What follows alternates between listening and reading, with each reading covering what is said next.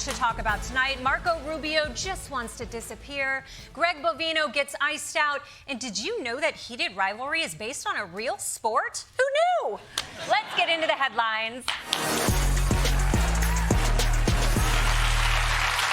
There is so much chaos in the news lately. It is truly overwhelming. And if President Trump has you feeling exhausted and wanting to hide under a blanket, you're not alone. Marco Rubio admitting he hides from President Trump during his naps on Air Force One, even cocooning himself in a blanket to cover his head. He says he knows the president never sleeps on the plane and will prowl the hallways to see who's awake. Quote, I want him to think it's a staffer who fell asleep. I don't want him to see his Secretary of State sleeping on a couch and think, oh, this guy is weak. Oh, Marco, Trump isn't going to think you're weak because you're napping. He's going to think you're weak because you're a pussy. I mean, come on, you don't have to cover yourself in blankets. If you want the president to ignore you, just be a jobs report or a middle-aged woman wearing pants. By the way, how is this guy suddenly the sleep police? He's like my laptop. If you don't touch him for 5 minutes, he just shuts down. But I can see why the people in the Trump administration want to lay low and cover up right now. The whole country is outraged over their fascist cosplaying in Minneapolis, and none of them want to take the blame for it. Unfortunately for him, Border Patrol Commander Greg Bovino has become the face of the immigration crackdown in that he's the only one not hiding his face. People have been demanding his firing, but if there's one thing we know about President Trump, it's that he has always been a loyal man to his staff and to his wives and to his mistresses. And he is not going to toss out Greg Bovino just to cover up his own culpability. Sources telling ABC News Border Patrol Commander Gregory Bovino is out as part of a staffing shakeup. The controversial commander has been reassigned to his regular job along the U.S.-Mexico border. Oh, no. Como se dice, bye, bitch?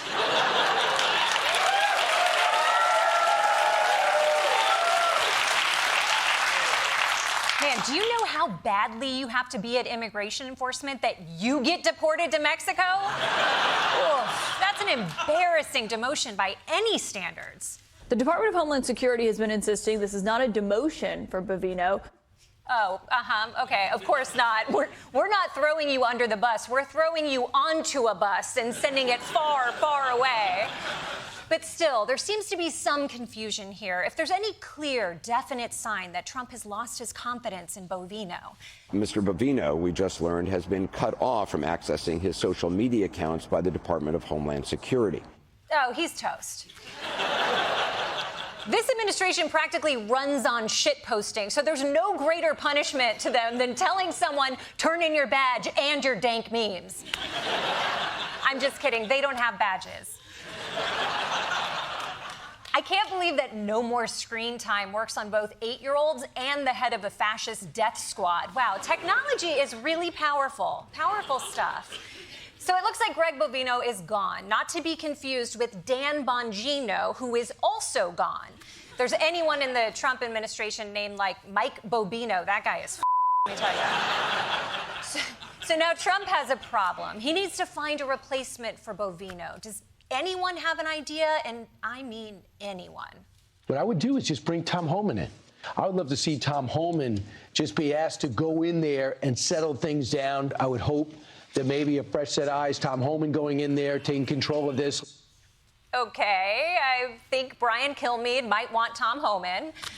For those who don't know, Tom Homan is Trump's border czar, seen here eyeing a paper bag filled with $50,000.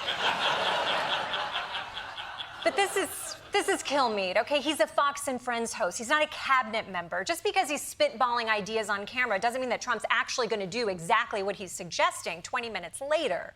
The president just posted on Truth Social moments ago. He says, I am sending Tom Homan to Minnesota tonight. Well, me in the face. They say TV is dying, but there's still power in it. I mean, God, if Brian Kilmeade can will something into existence, imagine what I could do. Hey, Timothy Chalamet. It's time. Shave that mustache from Marty Supreme. Yeah.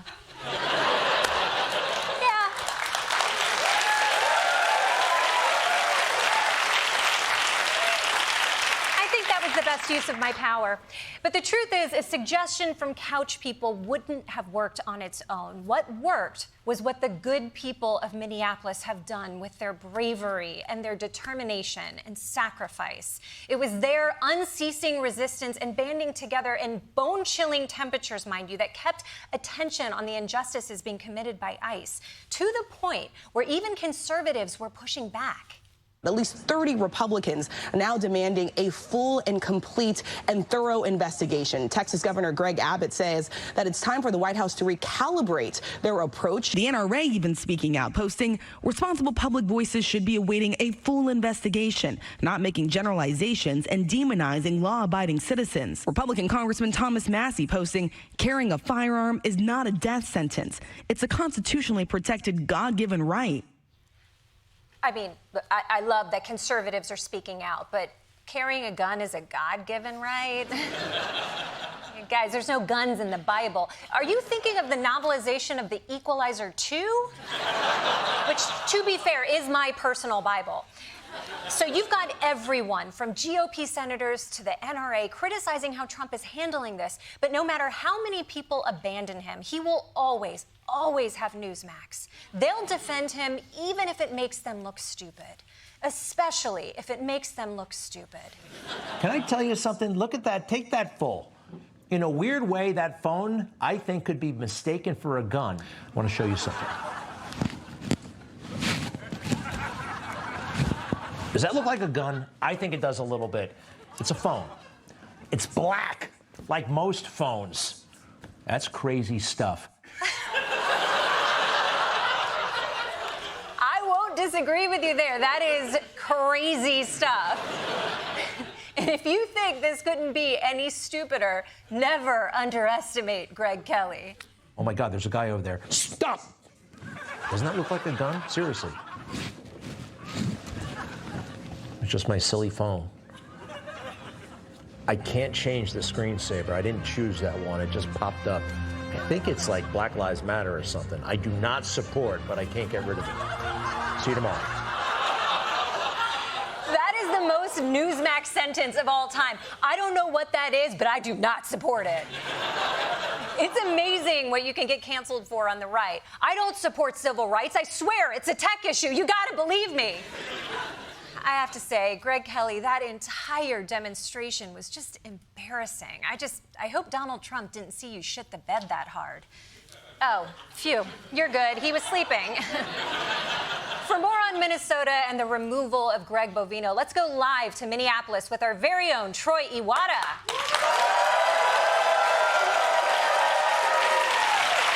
Troy, what was the final straw for Trump?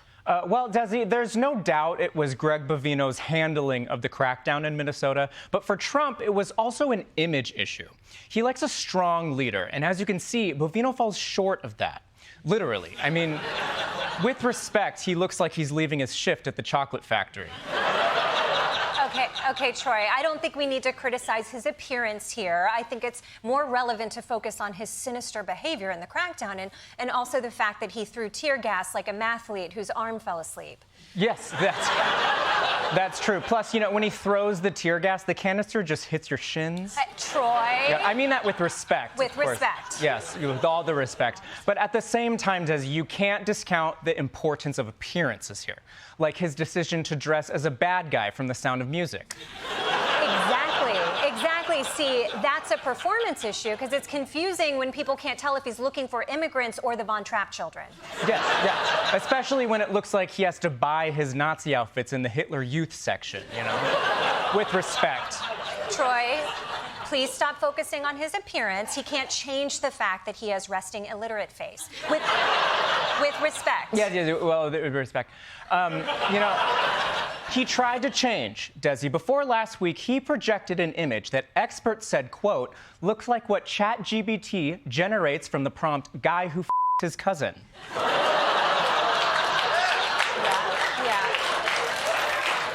See, I wouldn't emphasize his facial features. I'd emphasize his choice of a haircut. How can he crack down on Latinos while asking his barber to give the sides of his head a Brazilian? With respect. With respect. Yes, nothing but respect. So much respect. Okay, so how did Bovino try to fix his image? Well, last week he tried to add glasses to look smarter, but as you can see, that backfired. President Trump hates DEI, so he can't have the head of Border Patrol looking like a Bushwick lesbian.